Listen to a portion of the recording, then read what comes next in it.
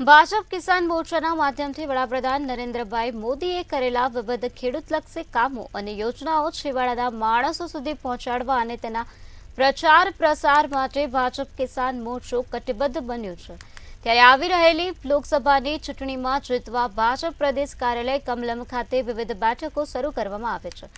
જોકે આજે મળેલી કિસાન મોરચાની આ બેઠકમાં કિસાન મોરચાના પ્રદેશ અધ્યક્ષ હિતેશ પટેલે કહ્યું હતું કે કેન્દ્ર અને રાજ્ય સરકારની ખેત મજૂરોને લગતી યોજનાઓનો પ્રસાર કરવામાં આવશે, તેમજ ભાજપ આવનારા સમયમાં અંત્યોદય અભિયાનથી ખેત મજૂરોનો સીધો સંપર્ક કરશે, જ્યારે નમો ડ્રોન દીદીના માધ્યમથી મહિલાઓને રોજગારી મળે તે માટેના પ્રચાર પ્રસાર તેમજ અનેક મુદ્દે ચર્ચા કરી હોવાનો સ્વીકાર કર્યો હતો।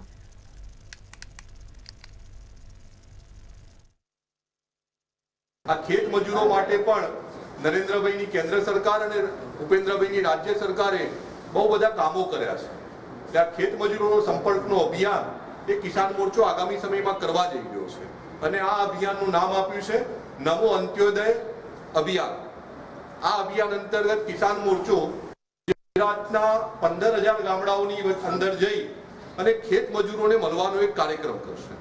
ખેત મજૂરોને મળશે અને છેલ્લા 15-20 વર્ષની અંદર ભારતીય જનતા પાર્ટીના નેતૃત્વમાં છેવાડાના માનવીઓ માટે શું કામ કર્યા છે, ખેત મજૂરો માટે નરેન્દ્રભાઈએ શું કામ કર્યા છે, એની વાત આ અભિયાનના માધ્યમથી ગુજરાતના ખેત મજૂરો વચ્ચે પહોંચાડવાનો એક પ્રયત્ન કરશે।